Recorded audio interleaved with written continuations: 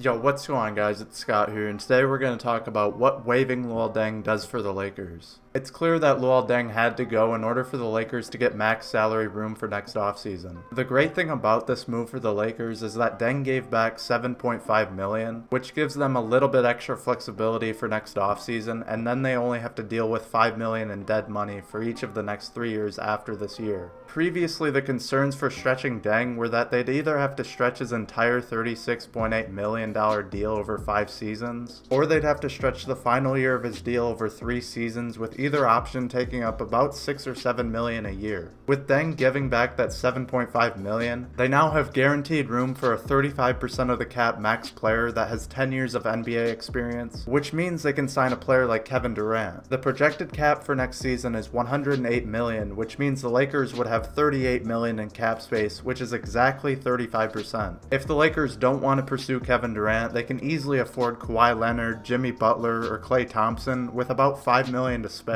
Other than finding a trade for Luol Deng, the Lakers really couldn't have done a better job handling his salary, and now they can focus solely on this season with enough space to sign whoever they want in 2019. Now for Durant, Kawhi, Butler, and Klay, we have to assume that one of those 4 guys will be interested in joining the Lakers. A couple of them have been rumored to have shown interest in teaming up with LeBron. Another couple of them are Los Angeles natives, and one of them actually requested a trade to the Lakers. We're not going to get into who specifically the Lakers should sign with their cap space because they really can't go wrong with any of them, but we should look at each of their situations right now. Starting off with Durant, I've never been one to read into these rumors of him leaving the Warriors if they win another championship. To me, it looks like the media wants a story and is trying to break up a nearly unstoppable team just for something different. If Durant truly had enough with the Warriors, I could see the Lakers being his first choice, but even then, he still doesn't seem as likely as some of the other candidates for the Lakers. The next player who to me and probably most people should be the most likely to join next season is Kawhi Leonard. We can construe his situation with the Raptors however we want, but one thing that should be expected is that he would be upgrading rosters by joining the Lakers. Kawhi Leonard requested a trade to Los Angeles from San Antonio, and he ended up in Toronto. No matter how it works out for Kawhi and the Raptors, he should still be considering the Lakers in free agency. Then we have Jimmy Butler, who was just recently reported to have interest in teaming up with LeBron James. We don't know how true this is yet because the report was only from a source and not from Butler himself, but we have heard of his disappointment in his teammates' work ethics, and the Lakers can only be an improvement on that. Butler might not be the Lakers' top priority, but if he becomes available, he could be a great option. Finally, we have Klay Thompson, who's a little bit of an odd one because we don't know exactly what his mindset will be like a year from now. He seems very loyal to the Warriors and is winning, so there's really no reason to leave, but if he wants a change in scenery and still have a chance to win, then the Lakers should be his #1 option. He is from Los Angeles, and his father, Michael Thompson, played for the Lakers during the Showtime era, so it would be a sentimental move for him to make, but we don't know if that's more important to him than staying with the Warriors. One thing that's sort of been under the radar in this Luol Deng waiving is that the Lakers have another roster spot. They can use that to sign a remaining free agent, or they can guarantee one of their training camp players. There really are not many free agents that would fit with the Lakers, and they may be intending to keep those training camp players for their G League team to keep that roster spot open for a mid-season trade. This open roster spot may not be that big of a deal in the main scheme of things, but it's much better than having a player that wouldn't have played to begin with. Everything about waiving Luol Deng is a win-win for the Lakers, and it'll only help them in the future. They no longer have to deal with that burden of a bad previous front office decision lingering over their heads, and that's a refreshing feeling. All they have to do right now is focus on winning as much as possible and maybe make some minor adjustments along the way, and then potentially sign a megastar in 2019. That's all I have for this video, guys. I hope you enjoyed. Make sure you subscribe if you want to see more Lakers content throughout the offseason. And if you enjoyed this video, then make sure you leave a like, and thanks for watching.